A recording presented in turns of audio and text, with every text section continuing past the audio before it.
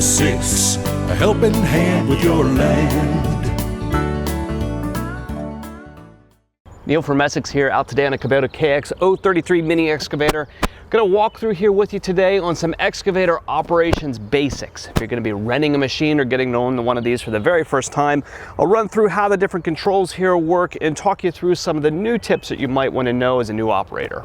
Now, before we start going through the excavator controls, you should know that there's really two different control patterns that you'll find on machines. They're known as ISO controls or SAE controls. In the United States, SAE controls are the more popular control pattern. And on a machine like this that has pattern selection, they're generally going to be pattern A. Now, if you've run a machine like this before, as you kind of learn how these controls work and you stop thinking about what you're doing, it's almost like riding a bike, right? You'll stop thinking about what the controls do and just start operating the machine. And you'll talk to anybody who's figured this out, that's run these things before. Changing patterns is like learning a different language. It's really, really challenging. So if you've never run a machine before and you're going to start on this for the first time, generally it's going to be a better choice to be in that SAE pattern or pattern A, like I've set this up for currently. If you look right down here, you'll always find a sticker denoting where that pattern selection is. Sometimes it's underneath of a safety cover, but in the case right here, it's right on this machine over top of the sticker here from California that tells us that we're going to get cancer from operating this machine. So thankfully we're in Pennsylvania, we should be okay. But you'll find that pattern selection here and you can make that switch so that you're operating the machine in the most comfortable and familiar way for you. So I'm going to start the machine up here and run you through what the control layout looks like for ISO controls. So I'm going to start the machine. When you go to start one of these for the first time, you'll notice it didn't start. That's because this safety lever has to be in the up position that disables the controls.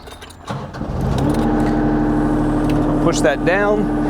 And now I'm going to run through my controls. So on my left-hand side over here, if I take my stick and go left to right, it's going to rotate the upper part of the machine. The upper part of an excavator is called the house. If I go front and back, I'm going to take the dipper in and out. And then over on my right-hand side, if I take this side left to right, I'm going to rotate my bucket. And if I go in and out here, I'm going to raise my boom up and down.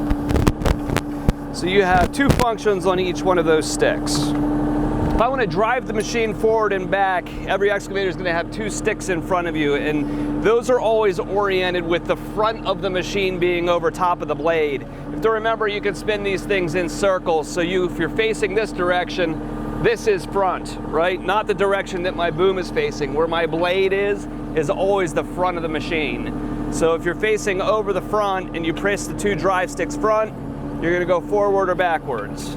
Now these two sticks here are going to operate much like a zero-turn mower or a skid loader does, where if I rotate them in opposite directions, I drive my left and right side independently. When you're driving, particularly on turf, you generally don't want to do spins in place because those tracks are going to do a lot of turf damage. So it's always best to try to turn left to right by driving forward and then keeping the outside track moving a little bit faster. You'll do less turf damage that way. You don't ever really want to be turning with the tracks still, right? You always want to keep them moving. Smaller excavators like this will have a pivot right down here in the boom where the boom can turn independently left to right from the house. Large excavators generally don't have that. The boom will be situated somewhere back here by your side. But in the case of this, I have a foot pedal down here in the floor that can swing my boom from left to right. This is generally used if you're going to get up, say, against the side of a house and you need to be in confined spaces. Rotating this allows you to be closer to things. You'll notice that this excavator is equipped with a thumb. The operation of those boom hydraulics on these machines is done with a rocker switch up here on your operation stick. On some older machines, sometimes you'll see those operated with foot pedals down here, kind of where my boom swing is. Sometimes you'll have one on your left foot. In this case, it's done up here on the controls. You'll notice here, if I operate this right now, it doesn't work. You need to turn on your auxiliary hydraulics in order for them to function. So if we press the aux button down here, it will turn on my thumb, and now I can rock this thing back and forth in order to grab stuff.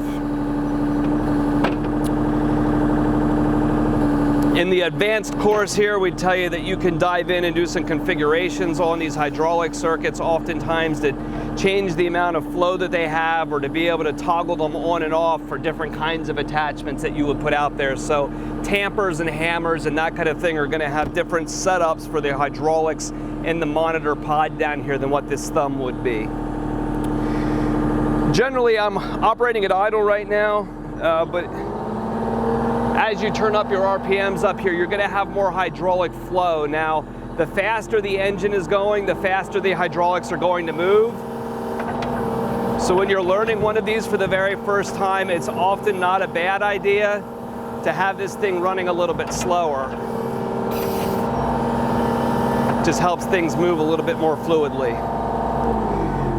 But as you do raise that up and your engine goes faster, you're also building hydraulic pressure. And generally you need that pressure in order to have digging force. So idling one of these things, you're not going to get its full capacity out of it. You can see I have a front blade here.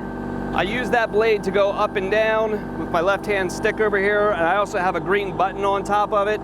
That's because this machine has 2-speed track motors. So when you're driving an excavator, they generally are not fun to transport with.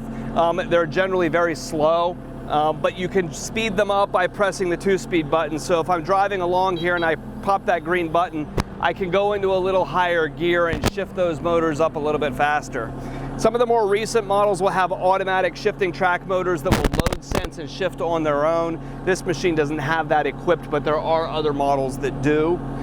Generally, you're going to need to have that turned off when you're making tight turns. So these aren't machines that are exactly in high speed, especially known for their tractive power. You can push a little bit with the blade and get some work done, but you're certainly not going to move mountains. But if you're on asphalt and trying to turn, you need to be in low range in order to be able to rotate the machine. So if you're coming off of a trailer for the first time and you can't rotate the machine, it's often probably because you're in too high of a gear with your track motors.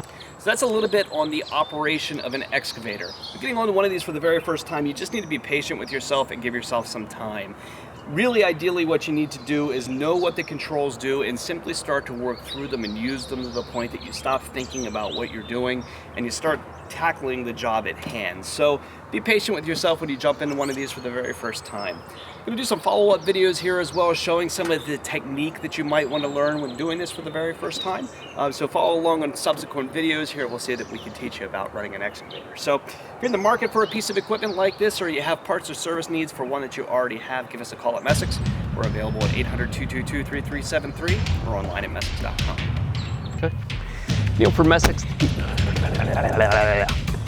Operating this kind of stuff, there's a definite learning curve to starting to figure out how all this works and just getting used to it. I'm going to do another follow-up video here, another 7 minutes. Don't like that.